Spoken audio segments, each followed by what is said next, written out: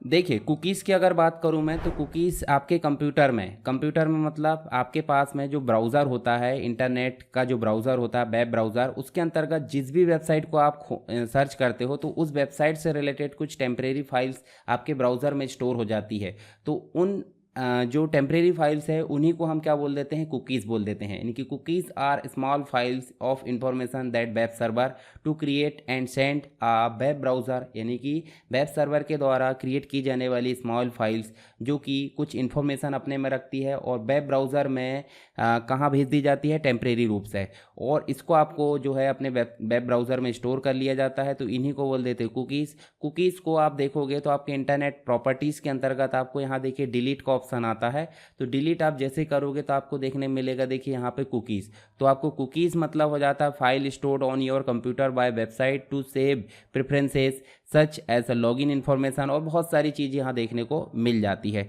तो इनके बारे में डिटेल में मैं आपको बताता हूँ। यहाँ पे चलिए वेब ब्राउज़र में चलते हैं, और वेब ब्राउज़र में चलने के बाद आपको, जैसे उदाहरण के लिए मैं नई प्रोग्रामिंग या फिर जो है नई कोई वेबसाइट को ओपन करता हूँ। उदाहरण के लिए मैं देखिए सरकार स्टडी वेब्स डॉट कॉम को यहाँ पे ओपन करता हूँ। तो देखिए पहली बार ओपन होने में थोड़ा सा समय ली, पर मैं यहाँ पे दूसरी बार ओपन करूँगा तो देखिए यहाँ पे आपको देखने मिलेगी ये बहुत ही स्पीड से ओपन हो जाएगी। ठीक है, यहाँ पे दूसरी बार ओपन करने के बाद इसकी कुछ टेम्परेरी फाइलें हमारे ब्राउज़र में स्टोर हो जाती है, तो इस कारण ये बहुत ही फास्ट उपयोग मतलब यहाँ पे उपलब्ध हो जाती है। तो ये हो जाती है यहाँ पे कुकीज़। तो कुकीज़ आपको समझ में आ गया होगा कुकीज़ क्या होती है। इसके अलावा देखिए जब आप इंटरनेट में कोई भी चीज़ों को सर्च करते हैं तो कुकीज़ आर यूज्ड फॉर किसके लिए होती है, सेशन मैनेजमेंट के लिए इसका यूज़ किया जाता है। सेशन मैनेजमेंट का मतलब हो जाता है ब्राउज़र में जब भी यूज़र लॉगिन करता है या जो भी यूज़र होता है उसके स्टेट को मैनेज करने का काम यहाँ पर सेशन मैनेजमेंट होता है। यानी कि जो यूज़र है वो लॉगिन हुआ उसके समय को काउंट करती है। उदाहरण के लिए कोई यूज़र 15 मिनट लॉगिन हुआ